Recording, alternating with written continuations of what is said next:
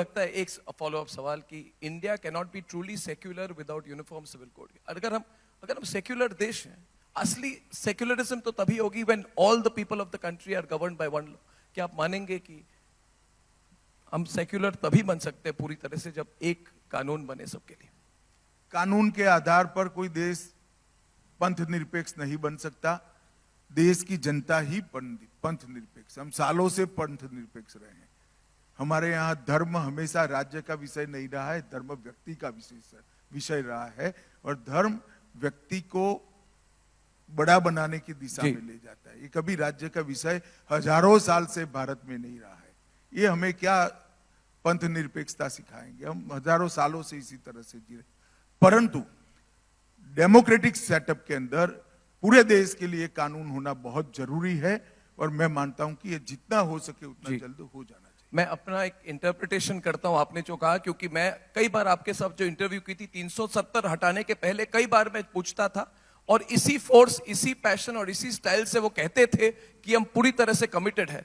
और मुझे अभी भी याद है अमित शाह जी कि जिस सुबह 370 और 35A को अबॉलिश की गई, उस सुबह तक लोग कह रहे थे कभी नहीं हो सकता है, कश्मीर जल जाएगा। मुझे आज लग रहा है आप उसी फोर्स और पैशन के साथ यूनिफॉर्म सिविल कोड के बारे में कह रहे हैं, और हमें अभी भी उम्मीद है कि ये अर्णव बाबू का इंटरप्रिटेशन है।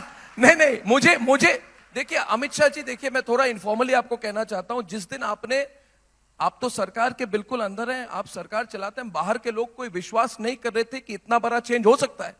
और आपकी क्लिप जो अभी हमने प्ले की, जो वायरल हुई और अभी तक वायरल है, आपको पता है वो पाकिस्तान वाली क्लिप की, वो ये किसी ने विश्वास नहीं किया था। मुझे लगता है चेंज तो आप ला सकते हैं, and I think you will bring the change on uniform civil code. चले, आपकी शुभकामनाओं के लिए धन्यवाद। अमित शाह जी, बंगाल में ही नहीं पूरे देश में, गृह मंत्री जी, CAA कब लागू होगा? क्योंकि अब मॉडल कोड ऑफ कॉन्डक्ट कभी भी लागू हो सकता है, और आपका बयान भी आ चुका है कि CAA लागू होकर रहेगा। तो इस पर कोई टाइमलाइन आप कह सकते हैं कि कब होगा? मैं फिर से कहता हूं, CAA ये देश का कानून है, पत्थर पर लकीर है, ये वास्तविकता है, ये लागू होगा ही होगा, और इस चुनाव के पहले होगा। इस चुनाव के पहले होगा, इस चुनाव के पहले होगा। ये बहुत बड़ी बात कही है आज।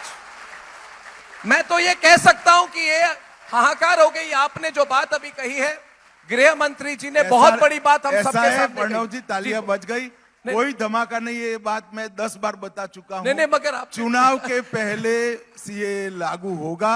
इस देश का कानून है, इसको कोई नहीं रोक सकता। फैंटास्टिक। तो नोटिफिकेशन बस आने वाली है, फिर आपको लगता है नोटिफिकेशन तो बस आने वाली है? देखिए, हमें तो ब्रेकिंग न्यूज चाहिए ना। अब आपने इतनी बड़ी ब्रेकिंग न्यूज दी है, आदत से मजबूर हम भी हैं। बहुत बड़ी ब्रेकिंग न्यूज है, और मुझे लगता है सब लोग इस पर जरूर बात करेंगे, और इसका प्रभाव क्या होगा, इसका इंपैक्ट क्या होगा, अगर आप संक्षिप्त में इस पर कुछ कह सकें। देखिए,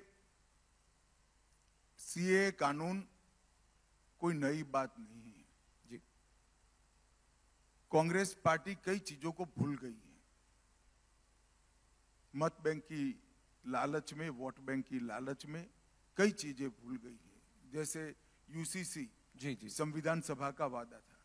इसी तरह से जब देश का दुर्भाग्यपूर्ण तरीके से धर्म के आधार पर विभाजन हुआ, तब पाकिस्तान और अब के बांग्लादेश से लाखों की संख्या में हिंदू, बौद्ध, सिख शरणार्थी आ रहे थे, और मार काट हो रही थी। कांग्रेस के ही नेताओं ने, देश के नेताओं ने एक वादा किया था, आप धैर्य रखिए, आप कभी भी यहां आएंगे, आपको ये देश स्वीकार करेगा, आपको नागरिकता देगा। इस वादे पर सभी लोग वहां रहे जी। उनके पर अनेक प्रकार के अत्याचार हुए, धार्मिक प्रताड़ना हुई, धर्म परिवर्तन करने के लिए दबाव बनाया गया, उनकी महिलाओं को, हमारी माताओं बहनों को अपमानित किया गया।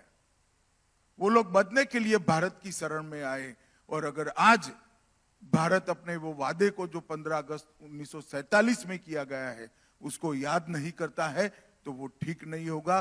करोड़ों लोग इस देश के अंदर नागरिकता के बगैर रह रहे हैं, जो वहां से प्रताड़ित, मुझे कोई बता सकता है, ममता बनर्जी बता सकती है जी। कि वो कहां जाए, कहां जाएंगे वो लोग?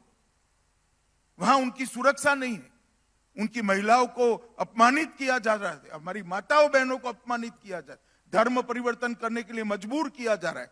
हम भी शरण न दे, जी, हम भी उनका स्वागत न करें। भारत में स्वागत है, भारत उनको नागरिकता की भी देगा और मेरे आपके जितना अधिकार भी देगा और स्वागत करेगा।